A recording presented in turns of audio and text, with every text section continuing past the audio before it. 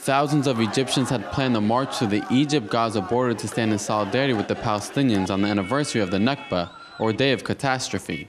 Egyptian security forces prevented buses from carrying them. Egyptian soldiers also fired gunshots to disperse thousands of protesters at the Israeli embassy. They wanted to close the Salam Bridge, so we got here a week earlier. Those arrested by the army are sent back to Cairo. The army also stopped activists from crossing the Suez Canal into the Sinai Peninsula and set up checkpoints along the main road leading to the Rafah Border Crossing. Alternative routes exist to get to the border through local Beduin farms and villages, turning a 30-minute trip into 3 hours.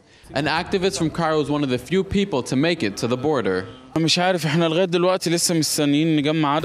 here, the guards told us to bring down the Palestinian flag and stop protesting because Israelis are watching the area. We finally made it to the Rafah border crossing, and as you can see behind me, the military has been successful in preventing any marches from happening here. Egyptians and Palestinians living in the Sinai also staged a protest in the neighboring city of El Arish, calling for the Egyptian army to allow the demonstrators to continue their march. The military will hopefully allow us into Gaza, because the Palestinian struggle is now the Egyptian struggle. The army should allow the protesters to come back. It should reclaim its name as the force we knew and respected.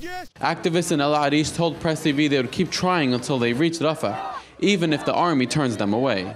I am standing here in El Arish right now, and most of these people behind me have tried entering Rafah but were prevented by the military.